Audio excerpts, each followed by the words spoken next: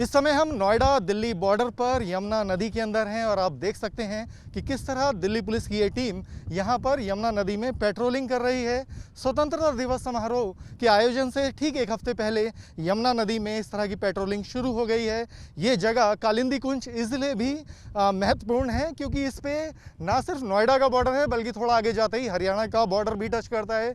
दो border area हैं जो कि दिल्ली के नज़दीक हैं और जो सबसे बड़े डर की बात है जब ऐसे में जब स्वतंत्रता दिवस समारोह आतंकी खतरे का साया मंडरा रहा है, इस तरह की खुफिया एजेंसियों के इनपुट आए हैं कि आसमान के रास्ते चाहे एयरक्राफ्ट के जरिए इस जो स्वतंत्रता दिवस समारोह है उसमें खलल डाला जाए। ऐसे में खालिस्तानी इनपुट भी आ रहे हैं। इन सब के बीच में यमुना नदी में पेट्रोलिंग इसलिए महत्वपूर्ण हो जाती है कि एक जब दिल्ली के तमाम बॉर्डर सील कर दिए जाते हैं तो इस बात का डर रहता है कि कहीं जो क्योंकि यहाँ पर हरियाणा और यूपी के बॉर्डर जुड़ते हैं तो कोई भी टेररिस्ट ग्रुप या जो भी ऐसा असामाजिक तत्व जो स्वतंत्रता दिवस समारोह में हमारे जो सारे इंतजाम है उसमें कोई खलल डाल सके, कोई इस नदी के रास्ते दिल्ली में प्रवेश ना कर सके, इसके लिए दिल्ली पुलिस की एक जो डेडिकेटेड टीम है वो लगातार इसके अंदर पेट्रोलिंग कर रही है। पिछला करीब एक हफ्ता बीतने को है और ये जब तक 15 अगस्त दिवस समारोह अच्छे से उल्लास के साथ संपन्न नहीं हो जाता ये पेट्रोलिंग जारी रहेगी। आप इसमें देख सकते हैं कि दिल्ली पुलिस की ये जो टीम है जिसमें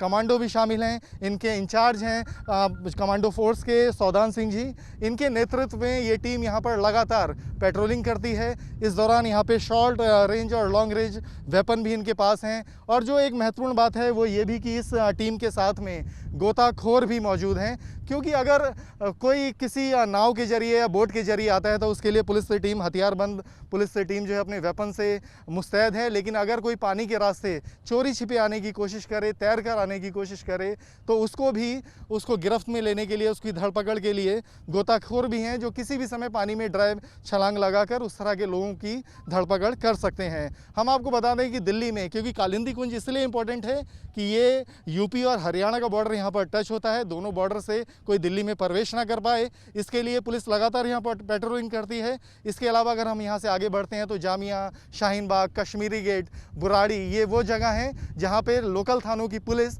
अपने अपने एरिया में यमुना नदी का जो उनका बॉर्डर एरिया है दिल्ली के अंदर का सराउंडिंग एरिया है उसमें वो वहाँ पे भी गश्त जारी है ताकि किसी भी तरह की एक्टिविटी अगर यमुना नदी से होती है तो उसको रोका जा सके। और ये सारी कवायद सिर्फ इसलिए है कि हमारा जो स्वतंत्रता दिवस समारोह है, जो हमारा राष्ट्रीय पर्व है, हमारी आन बान शान है, उसमें किसी भी तरीके की कोई आतंकी वारदात ना हो सके। इसके लिए पुलिस आसमान, ज़मीन और नदी ये जो पानी का हिस्सा है इसके ऊपर भी लगातार पेट्रोलिंग जारी रखे हुए है।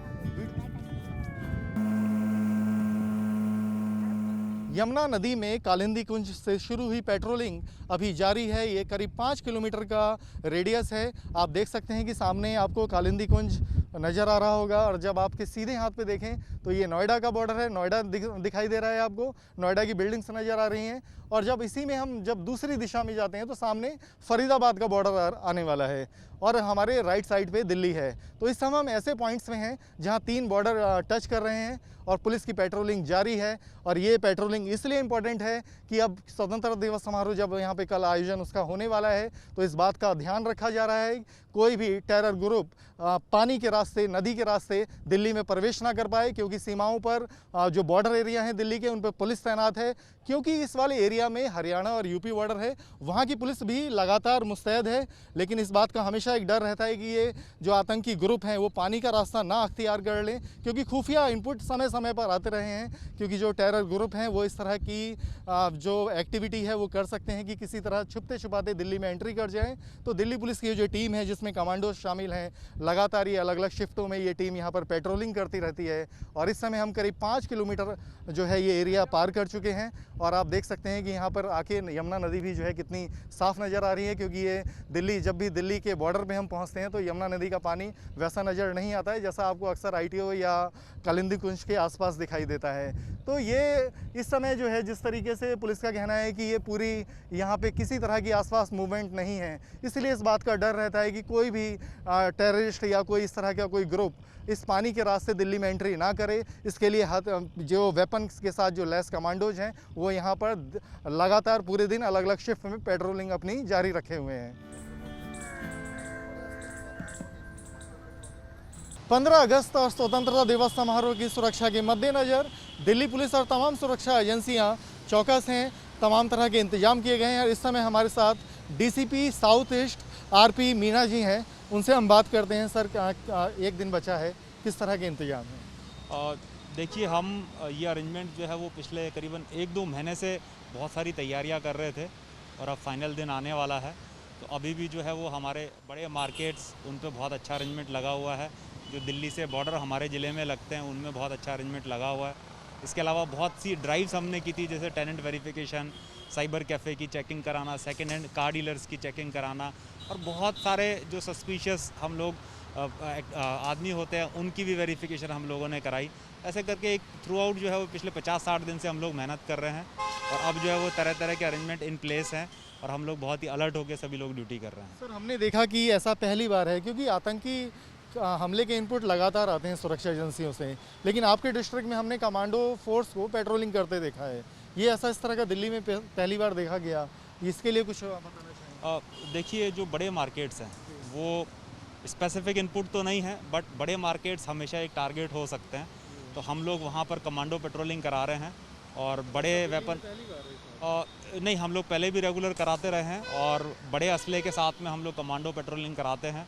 मचान मोर्चे भी जो है वो स्ट्रेटेजिक लोकेशन पे लगाते हैं। हमारा एक ही मकसद रहता है कि कोई भी आतंकी गतिविधि यहाँ ना होने पाए। और सर, रास्ते सील किए जा रहे हैं 15 अगस्त से 24 घंटे पहले।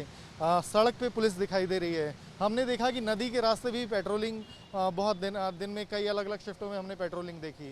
ये जो इंतजाम है, शायद वो कालिंदी कुंज का जो बॉर्डर है, वहाँ से 2 बॉर्डर नज़दीक पड़ते हैं अलग अलग राज्यों के, उसके बारे में कुछ? जी बिल्कुल, ये एक यूनिक फीचर है ये साउथ ईस्ट डिस्ट्रिक्ट का कि नोएडा से भी हमारा बॉर्डर लगता है जो यूपी में है और फरीदाबाद से भी हमारा बॉर्डर लगता है जो कि हरियाणा में है।